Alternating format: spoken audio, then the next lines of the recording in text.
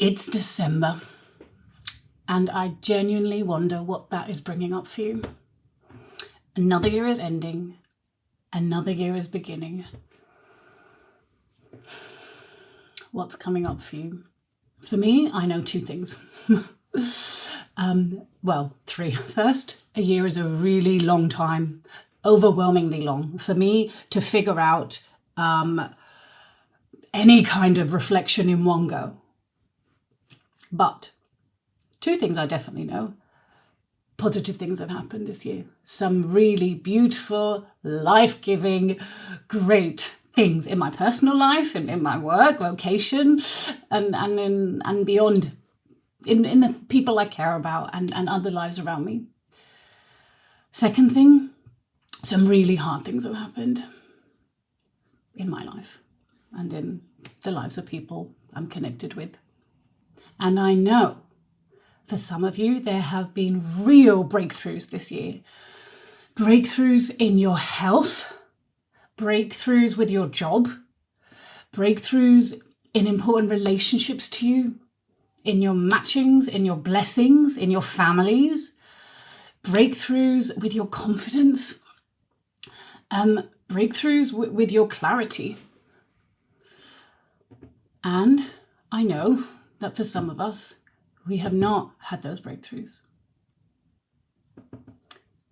And we continue to struggle. Personally, in our relationships, in our work, in our families, in our confidence, in our clarity. And I want to start with that because I just think it is important and fair to acknowledge we are not all arriving to December in the same way. Some of us are bringing a much bigger sense of accomplishment and strength. And some of us are feeling much heavier and much more confronted. I think too often we do this thing where we go into binary thinking. We simplify something so big and complex, because it is so big and complex, a whole year. How do you digest that? How do you do the difficult task of ending a whole year well? Especially if you're not feeling great right now. Or if you're feeling really great right now and you kind of just want to get into the next year. How do you do the task of ending a year well? And so often, I think we give into binary thinking. We don't see the whole. We don't even look for the whole. We just kind of evaluate, was it good or was it not good? And we give into black and white thinking. Often we think of the beginning of the year and the end. How were they? And maybe some of the big highlights or lowlights. And in doing that, we miss so much of what happened in between, where there's a lot more. We can be too immersed in our feelings at the end of the year, or in a specific problem, or in a specific situation or question going on right now. And then what we see when we look back on the year is warped. We have data that we're using that is just full of gaps and full of distortions, which can lead us to, quite frankly, some really wacky and unhelpful conclusions about ourselves, about our lives, and about what this year was. So I want to come back, call it out, that tendency that we do that, and step back to commit to seeing the year as a whole. What really happened? I'm sitting here, and honestly, one word for me is humbled. That's a word from this year.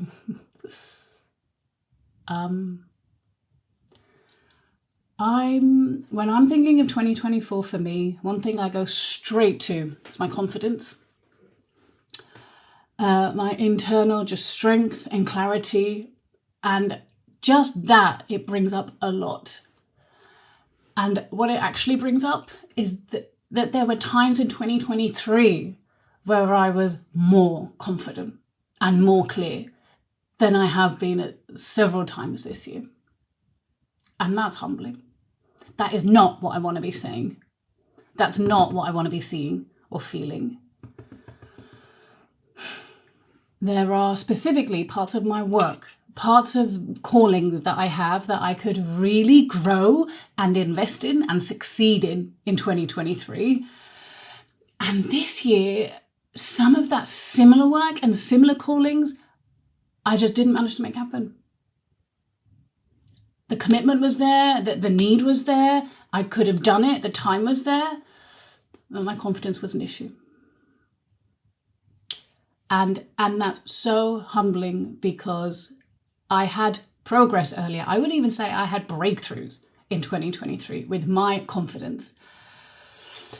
And then this year comes and you realize, yeah, you don't get to retire from the nature of growth and the cycle of growth. And you don't just keep getting to go like this. Sometimes things come back for round 2 and they have teeth and they're even harder than the time before, or simply you're doing something harder. And it's just the next level of confidence and clarity and resources that is called from you. Or some old niggly things are coming up again and you haven't quite weeded them out. And there's a bit of work left to do. So just thinking about this year in my confidence, I'm not ending strong, let's say. And I wish I was. If I'm honestly starting to open this box of what's my year been, I go straight back to the beginning of this year. 2 goals that we set to do in January. It's now December and we haven't done them. That's Pat and I. I was so confident that we would get them done by the end of January. And I was adamant because they were just so important to me. And it feels really difficult for me to see that it's not just been a few months. It's been a whole year that's gone by and we still haven't done it. And it's so difficult because these goals are really important. They're about bringing more order to our life and our work and our scheduling as a family and our office. And we need it in order to take things to the next level. And I know we need it and Pat knows we need it. But there were 2 goals we set in January connected to that. We've still not done it. That's actually more than humbling. That's really exposing. And I don't want to say it's shocking, but there's something really uneasy and unsettling for me to see that and to say that. Looking December straight in the eye and deciding to take on the task of ending a year well. It's exposing. It's confronting. It's humbling. Maybe even it makes you feel quite fragile. But at the same time, when I stop hiding from the truth of the year, when I stop pretending that it doesn't hurt to acknowledge some of these difficult things, something else comes up. And they're questions. They're questions like, why didn't we do those 2 goals? What happened? What were we dealing with? What have I not yet understood about the challenge of those 2 goals for us? Or what have I not yet understood about my thinking and my behavior that's getting in the way of doing those? And then all of a sudden, reflection has begun with those questions. That is not just exposing anymore. Something else then starts to happen. A hope for understanding something better. The other thing that happens is, yes, it is humbling to face the end of the year and consider what happened. But in doing so, I think a call appears to understanding yourself better. It's kind of like, oh, you think you know yourself? Yeah, you don't. Come closer. Come look more deeply as to what's really been going on and what you've really been dealing with. Oh, you think you see yourself accurately? Yeah, there's way more going on. There's way more going on than you think. Come take a look. And the thing is, when you do take a look and you ask those questions and you try and answer them, those answers are so helpful for you. And they are so helpful for people around you. That is really what you get out of engaging in any kind of reflection well. And I think that is so worth the price to pay of honestly looking at yourself and your year. As we come to end this year, I want to offer you two thoughts. First one is that even with the best of our intentions, for so many of us, life is so busy, we simply will fall into next year. And the next year will simply begin again. But that has quite a cost. And this is one reason why. This is a simple cycle of pretty much what happens when we commit to doing anything. That there's 4 phases roughly. You decide to do something, you start, you do the work needed, you don't stop doing the work, you stick with it until it's completely finished, and then you acknowledge what happened and you reflect. There are many things you can say about each step and where we may get stuck, but the thought I want to offer that I think is so helpful to point out is the tendency that far too many of us have, which is to skip step 4 completely and go from finishing something in step 3 straight to starting step 1 again with something else. So often our eye is on what's next or what else there is to do. And after a while that has a cost. Because step 4, it's not just another to-do list or another to-do thing to finish or to complete. It's actually a separate part in the whole cycle. And I think it's more accurate to see it as like a metaphoric gas station, filling up station. If you don't fill up after working and working and committing and doing, the gas will get too low at some point. And you will be pushing, or you will start 2025 and be working and pushing and working, but you're drained and you're exhausted and you're unmotivated and you're not getting very far and you're not getting much satisfaction either. That's what reflection is, the step 4. It is not just another task to do as part of step 3. It's a distinctly different step, especially part of a healthy cycle. It's like the Sabbath to a working week. There is simply something about taking time to stop and to look back and to acknowledge what has happened, to appreciate, to let the blessings catch up with us, and to think more deeply and to learn. So the first thought is an encouragement that no matter how busy life has got or how tired you are from the first 3 steps of doing this year and doing it again and doing it again, carve time out for step 4.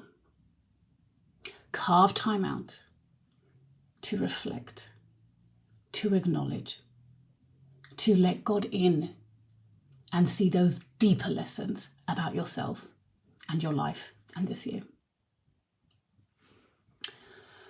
Thought 2 that I wanted to offer. With any reflection that we commit to doing, however it sounds, it's quite basic to ask the question, how was the year? Because it's quite basic to ask the question, what happened? That's basically what we're saying. What happened this year? How was it? There's what happened, but by the way, things never just happen, never. But there's what happened, and then there's how much did you shape what happened? How much did you influence what happened? How much did you push back on what was happening or accept it and just step aside and let what's happening happen. There's what happened, and then there's also how did you respond to what happened? And then what happened then? There's also how didn't you respond to what happened? And then what didn't happen then? But even more than that, I think a far more interesting question than what happened this year is who were you at the start of 2024? And who are you now ending 2024? I really struggle to answer that because I go straight to what have I done this year that I didn't do before? What's new in what I've done? But it's not that. The question is something deeper. It's more like, what have you become by doing or not doing what you've done this year? What's the process that you've gone through? What has grown in you? What have you nurtured or invested in? What's become freer or lighter or easier? What's become harder this year through what's happened? Or through your behaviour and choices? Where have you become more inhibited, more unsure, more stuck? Those questions for me are much more interesting. You are not who you started 2024. It's impossible. What is stronger and clearer in you? What is harder and heavier? That is a worthwhile question to explore. This is a call to honour this year as it closes by taking time to think more deeply about it, away from just was it good or was it not good? What am I dealing with right now and how am I feeling right now? Let the important things catch up with you and not pass unnoticed. Let's learn the lessons that are so often lying just under or next to or behind our regrets and our disappointments and our achievements. And let's know that any sincere effort to reflect well will nourish us and it will guide us more clearly for this next year to come. So with that, on behalf of our whole team, I want to thank you to all of you for this year. I want to thank you for your ongoing support. Let's end 2024 well.